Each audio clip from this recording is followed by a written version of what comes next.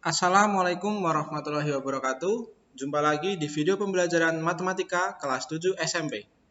Pada kesempatan kali ini kita akan belajar tentang penyajian data.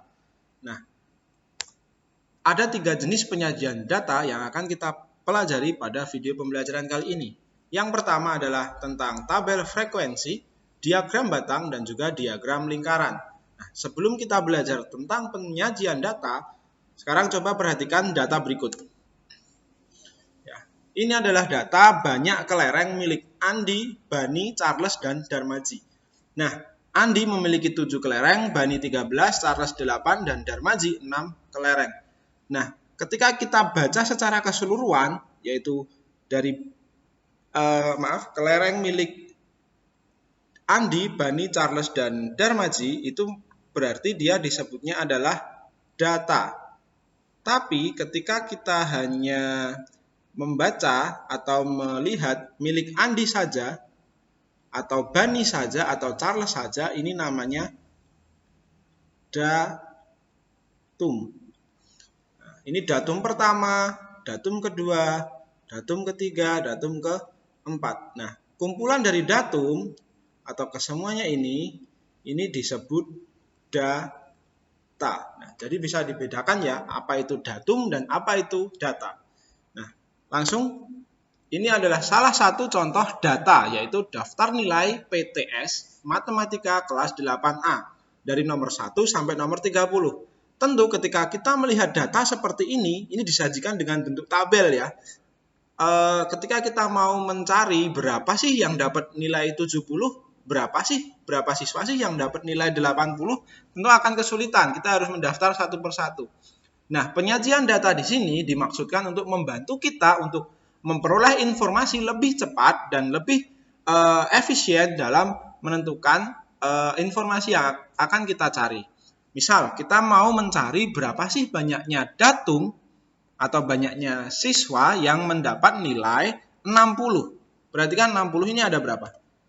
Ya, saya kasih warna kuning. Ada 1, 2, 3, 4, dan 5. Berarti yang dapat 60 ada 5 siswa. Kemudian yang dapat 70. Kita hitung yuk. 1, 2, 3, 4, 5, dan 6. 70 itu ada 6 siswa. Kemudian 80. Nah, agak banyak ini. Kita hitung. Harus teliti ya. 1, 2, 3, 4, 5, 6, 7, 8, 9, dan 10. 80 ada 10 siswa. Kemudian 90 ada berapa? 1, 2, 3, 4. Sudah, cuma 4 ya. 90. Bentar. 1, 2, 3, 4. Oh, 5, maaf. 90 ada 5 juga. Kemudian yang dapat 100 ada 1, 2, 3, 4. Sudah, hanya 4. Yang dapat 100 ada 4. Nah, dari sini kita bisa membuat tabel frekuensi untuk mempermudah kita memperoleh informasi berapa banyak siswa yang dapat 60, yang dapat 70, dan seterusnya. Tabel frekuensinya seperti ini. Perhatikan, yang dapat nilai 60 ada 5. Yang dapat nilai 70 ada 6. Yang dapat 80 ada 10, dan seterusnya. Totalnya ada 30 siswa. Cocok ya dengan daftar nilai tadi, ada 30 siswa. Nah, ini membantu kita untuk menentukan lebih mudah ketika ada pertanyaan seperti ini. Berapa sih siswa yang dapat nilai 80? Lihat tabel aja, 80 ada berapa ini? 10, seperti itu. Lebih mudah daripada bentuk tabel yang sebelumnya. Nah, sekarang muncul pertanyaan. Kalau dilihat, nih, nilai pada urutan ke-14 jika diurutkan dari yang terkecil. Nilai dari untuk urutan ke-14 diurutkan dari terkecil. Maksudnya dari terkecil, kita lihat 60-nya ini kan ada 5. Berarti sebenarnya kalau ditulis urut itu 60, 60, 60, 60, 1, 2, 3, 4, 60. Kemudian 70-nya ada 6, 70, 70, dan seterusnya sampai 6 kali. Apakah kita harus mengurutkan seperti itu untuk mencari nilai pada urutan ke-14? Tentu saja tidak. Tapi bagaimana caranya? Ya kita cari frekuensi kumulatif namanya. Nah, kalau yang dapat 60 ada berapa ini? Ada 5. Kemudian yang berarti ada 5 siswa yang dapat 60. Nah, yang dapat 70 berarti dia ada di urutan setelah 5, yaitu ke 6, 7, 8, 9, 10, dan 11. Kenapa kok sampai 11? Karena ini ada 6. Atau lebih mudah seperti ini, 5 ditambah 6, 11. Kemudian kita tambahkan lagi, 11, ini ya, ditambah, ini ditambah, 11 ditambah 10, 21. Kemudian 21 ditambah 5, itu berapa? 26. 26 ditambah 4, 30. Nah, berarti yang dapat 60 itu sampai urutan ke-5, yang dapat 70 itu sampai urutan ke-11, yang dapat 80 sampai urutan ke-21, sampai yang dapat 90 sampai urutan ke-26, dan yang dapat 100 sampai urutan ke-30. Pertanyaannya adalah ke-14. 14 itu masuk mana? Masuk ke 5? Bukan. Masuk ke 11? Bukan. Tapi masuk ke sini. Karena nilai 80 itu berarti urutan ke setelah 11, yaitu 12, 13, 14, 15 sampai ke 21. Berarti nilai pada urutan ke-14 jika diurutkan dari yang terkecil adalah nilainya berapa ini? 80. Seperti itu. Kemudian pertanyaan yang kedua. Nilai pada urutan ke-8 jika diurutkan dari yang terbesar. Dari yang terbesar. Kalau ke-8 dari yang terbesar itu ya kita sebenarnya tinggal kita kurangi aja. Totalnya kan ada 30. Nah, 30 dikurangi 8. 30 dikurangi 8 sama dengan 22. Berarti kita cari urutan ke-22 ini. Urutan ke-22 ada di mana? Ada di setelah 21, yaitu di 26 ini. Berarti nilainya berapa ini? 90. Berarti nilai pada urutan ke-8 jika diurutkan dari yang terbesar adalah 90. Seperti itu cara mengerjakannya. Jika ada pertanyaan urutan keberapa suatu datum jika diurutkan dari yang terbesar atau terkecil. Nah, lanjut ke ke penyajian selanjutnya. Diagram batang. Nah, kalau kita lihat ini sebenarnya sama saja datanya dengan yang tadi, yaitu daftar nilai PTS Matematika kelas 8A. Nah, di sini kalau kita lihat yang menjadi sumbu X atau absis itu adalah nilai. Saya kasih keterangan ya. Nilai, kemudian yang jadi ordinat atau sumbu Y itu frekuensi atau banyaknya siswa. Yang dapat 60 ada 5, 70 ada 6, 80 ada 10, 90 ada 5, dan yang dapat 100 ada 4.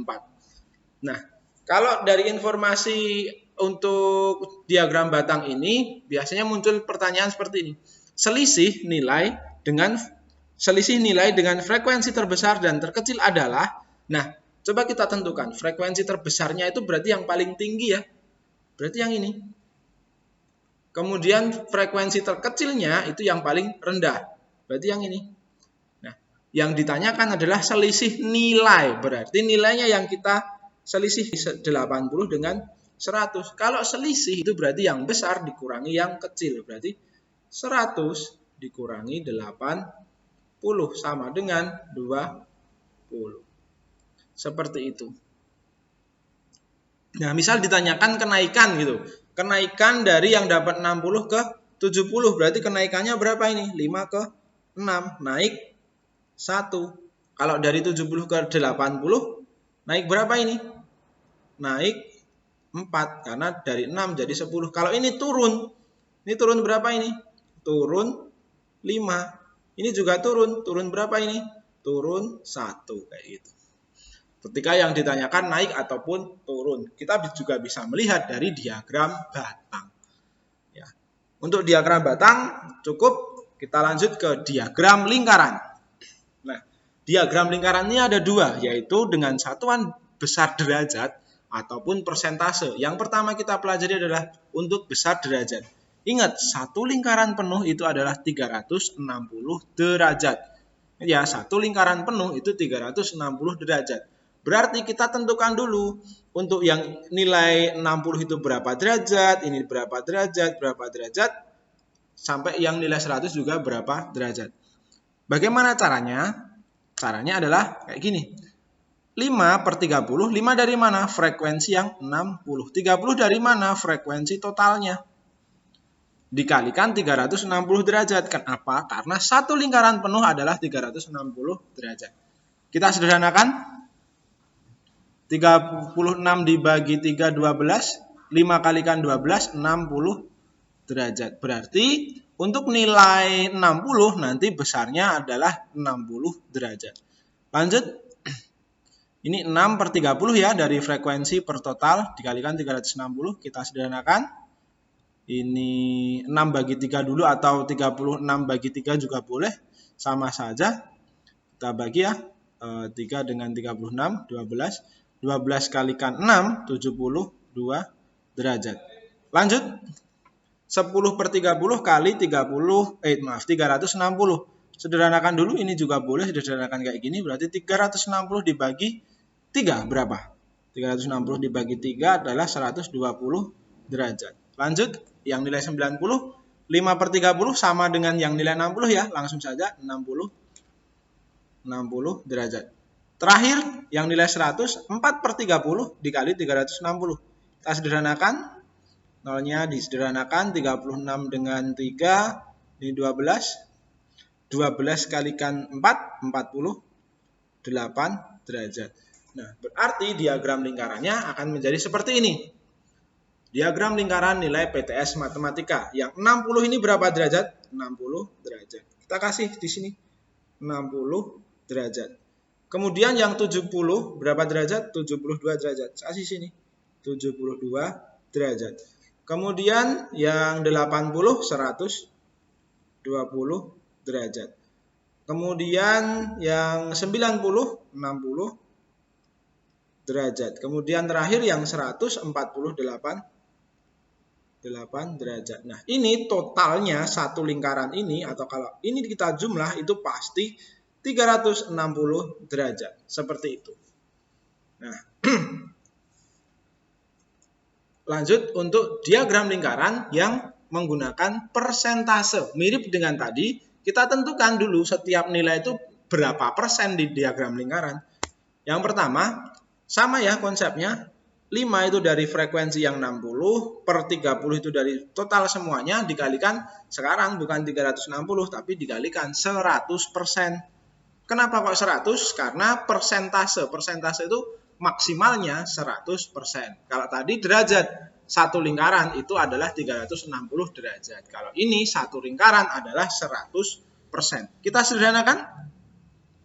5 kalikan 10, 50 dibagi 3, 16,7%.